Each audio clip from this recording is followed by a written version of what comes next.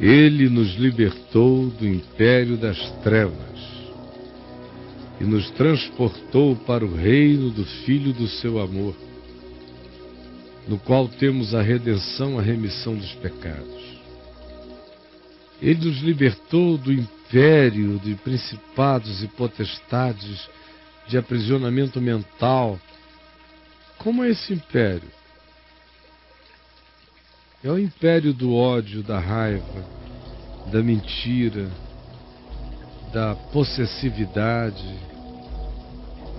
É o império do poder, é o império da ganância, é o império do controle, é o império da manipulação, é o império da indução, é o império do controle próximo e da indução à distância, é o império do engano, é o império da manutenção da grande maioria sob alienação contínua e constante, para que os marionetados que são por seu turno marionetados por poderes invisíveis, exerçam seus poderes sobre a massa dos alienados.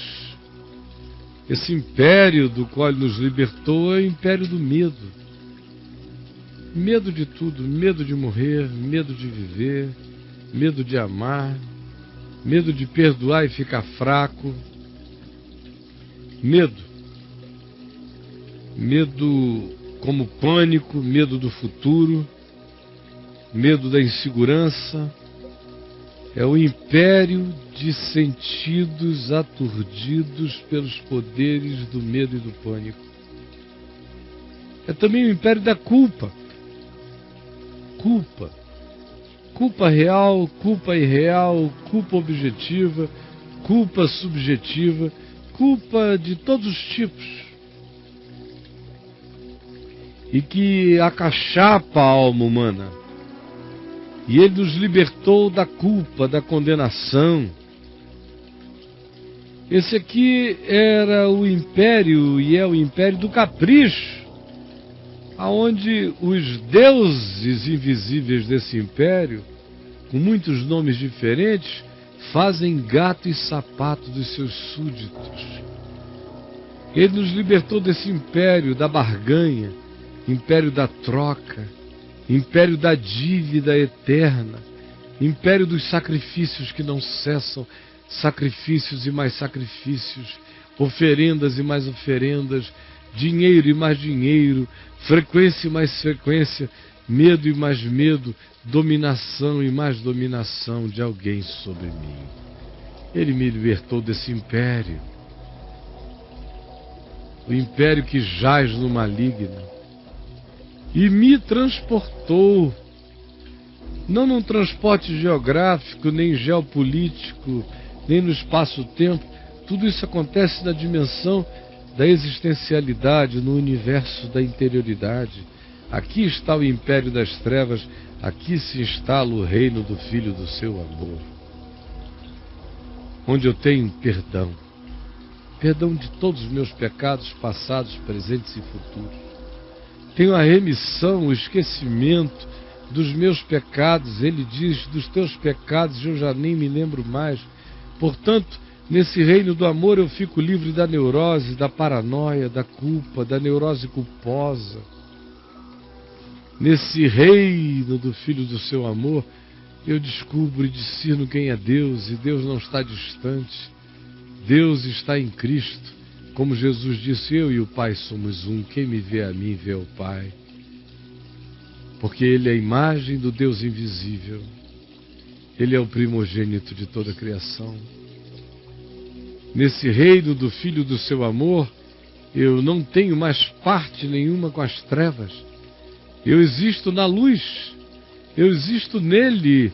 Eu sou um ente que habita o oxigênio da graça.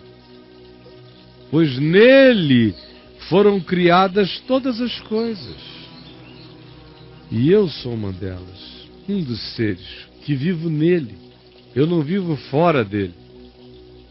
Esse universo acontece nele, os multiversos acontecem nele, eu existo nele, tudo que está acontecendo acontece nele, para o bem e para o mal.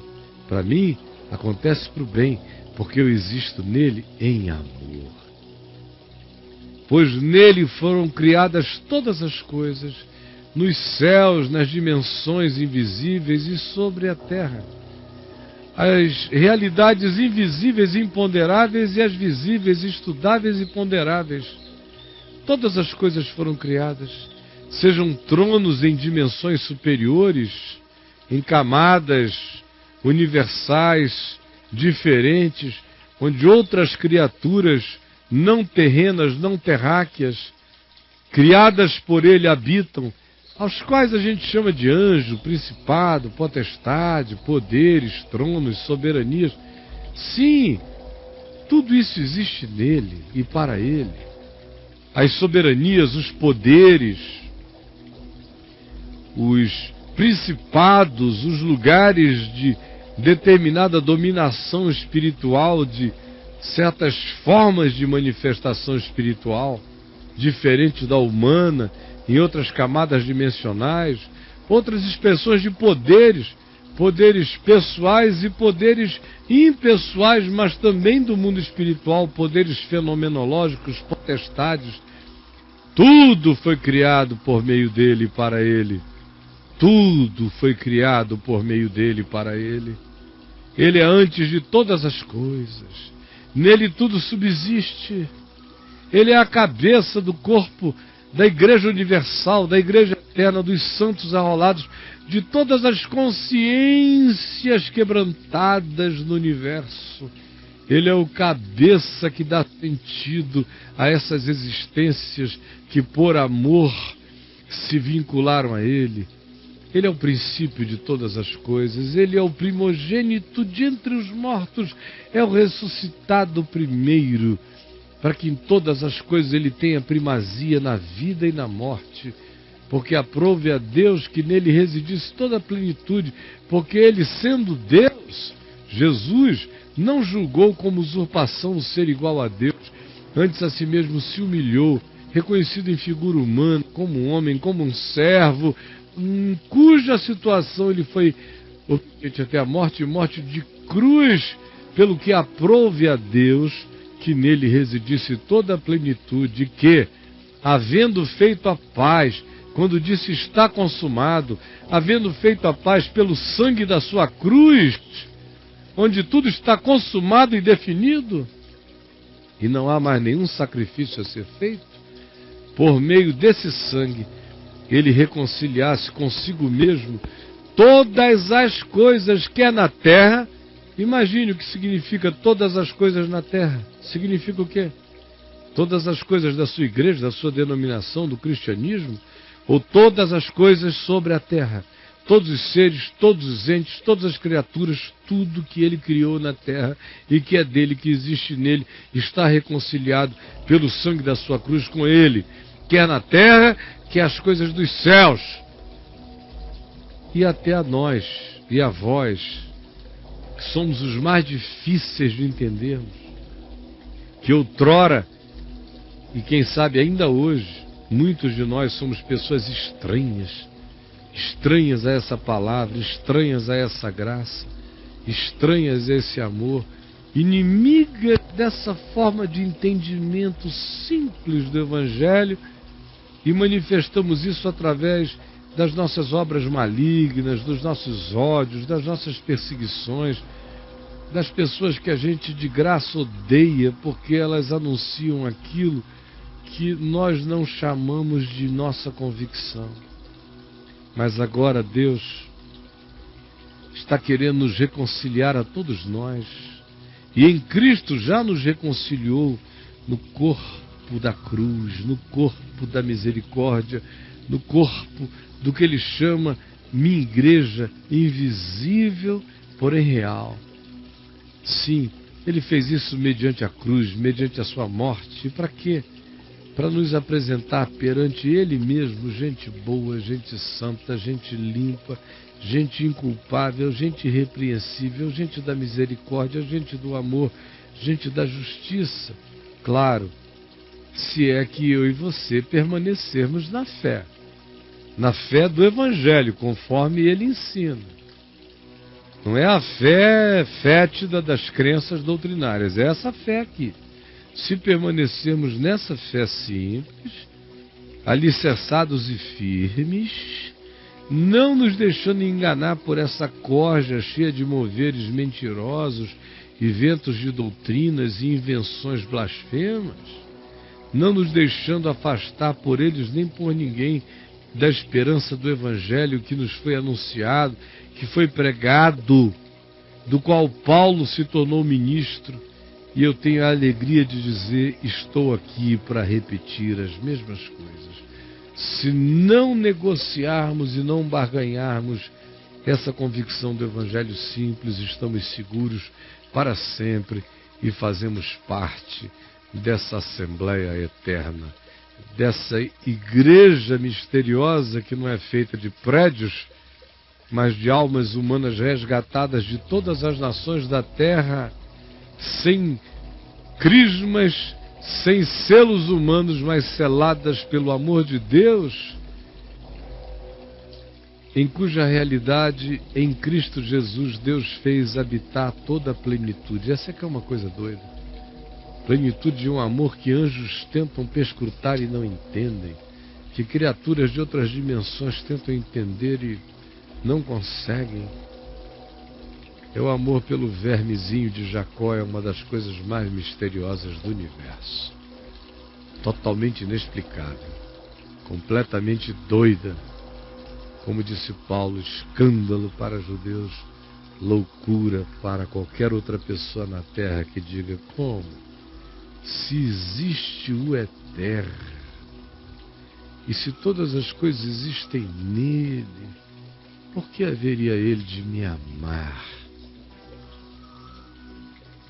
Por que haveria ele de se importar comigo? Por que haveria ele de me dar qualquer atenção? Por que teria que ter eu para ele qualquer significado? Ontem eu vi uma imagem de umas águas vivas estilo caravela portuguesa em regiões abissalíssimas, vivendo um processo estranho de simbiose entre elas. Vários organismos se fundiram, se complexificaram da mesma natureza. Nunca ninguém tinha visto nada igual. Os biólogos da vida marinha que estavam mergulhando demoraram a discernir o que era, por causa do fato de que alguns organismos se fundiram para formar um só, simbiotizaram-se num corpo único. E eu fiquei pensando, e nós aqui nessa presunção, vai um cara ali, abre uma porta numa igreja e diz que Deus só ouve orações feitas naquela portinhola.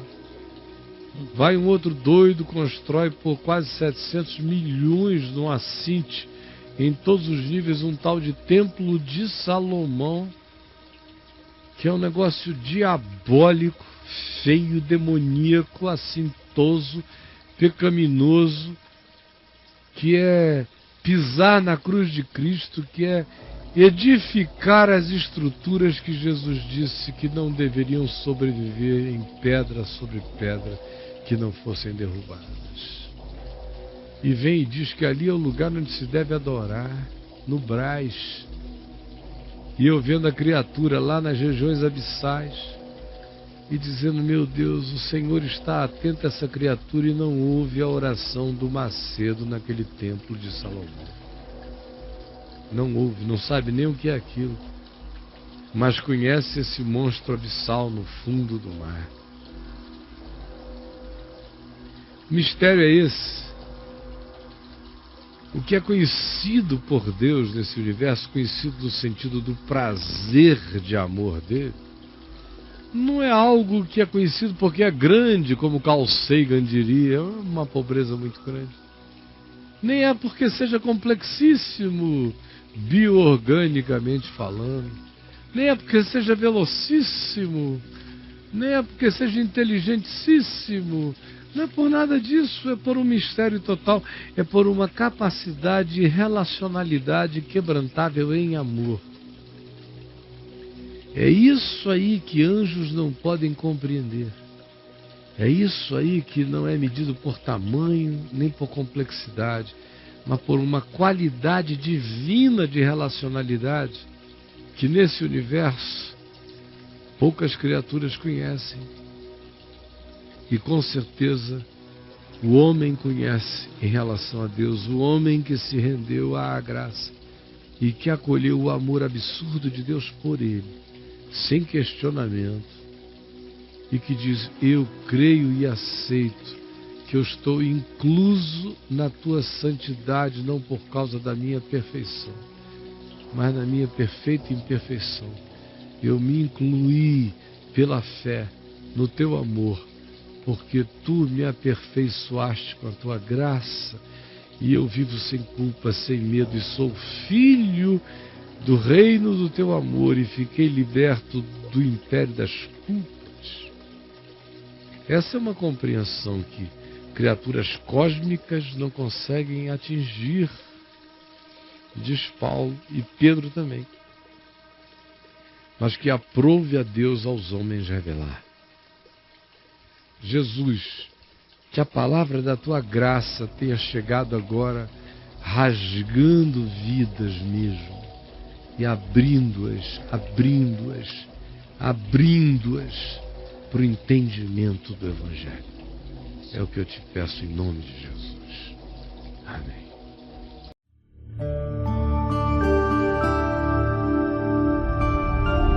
VNV TV, o canal é você.